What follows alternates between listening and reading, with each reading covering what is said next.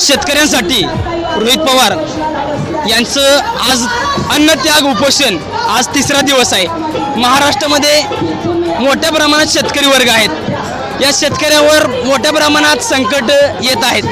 2017च्या अगोदर दुष्काळ असेल, 2072चा दुष्काळ असेल, भरपूर शेतकऱ्यांनी जाणवलं असेल 1972चा दुष्काळ।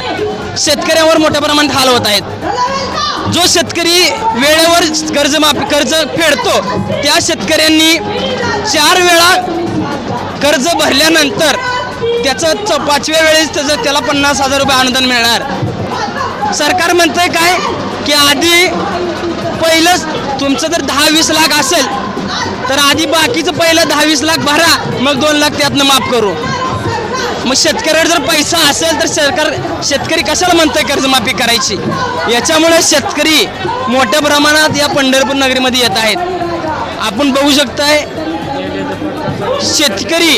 शेतकरी म्हणजे गोरगरीब आहेत। या शेतकऱ्यांची जाण गोरगरीब जनता, महिला मंडळी, गोरगरीब आयामाया आज या ठिकाणी पंढरपूर नगरीमध्ये येत आहेत। शेतकऱ्यांची जाण या सरकारला झाली पाहिजे। जोपर्यंत शेतकरी आवाज उठवत नाही तोपर्यंत ही सरकार तुमची दखल घेत नाहीये, असे रोहित दादा पवार असे म्हणतायत।